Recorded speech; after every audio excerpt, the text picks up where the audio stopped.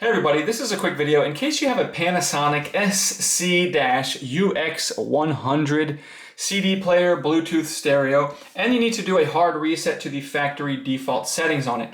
Now you're going to want to do this for one of two reasons. The first one is troubleshooting.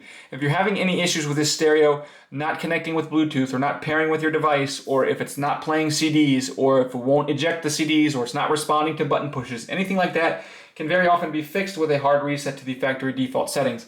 Also, if for whatever reason you just want to get this unit back to the way it was when it came out of the box so you can set it up new, we can go ahead and do that real easily. All we need to do is start by just unplugging the stereo and leaving it unplugged for at least 3 minutes. After those 3 minutes are up, we're just going to come in and find and press and hold the power button. And while pressing and holding the power button, we can go ahead and plug the stereo back in. Just keep holding the power button.